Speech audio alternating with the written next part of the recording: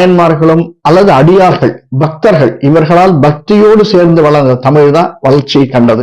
அதுல இந்த தமிழ் வளர்ந்தது அப்படிங்கிறதுனால தமிழை பத்தின என்ன இருக்கு, தமிழனுடைய அழகு, ஆண்டாளுடைய பக்தி. இதை 3 விதமா பார்க்கலாம். முதல்ல பாசுரம், சாதாரண விளக்கம். அடுத்தது கொஞ்சம் பிலசாபிக்கல் திங்கிங்ல என்ன சொல்லிருக்கார் ஆழ்வார், ஆண்டாள், மற்றவர்கள். அடுத்தது நம்மளுடைய அழகு, தமிழனுடைய அழகு எப்படி பரிமளிக்கிறது அப்படிங்கிறத பார்க்கலாம்.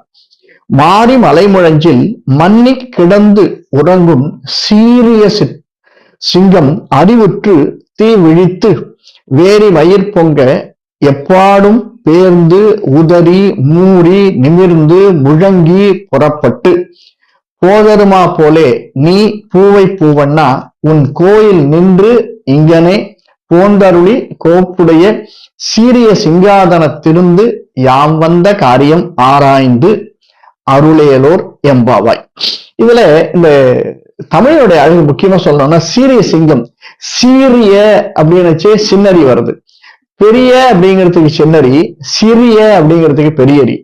இது நிறைய இடத்துல பார்க்கலாம். நம்ம இந்த ரால வித்தியாசங்கள் நிறைய அழகு, அதுதான் அழகு. இந்த இடத்துல ரொம்ப சீற்றம்னு சொல்லச்சே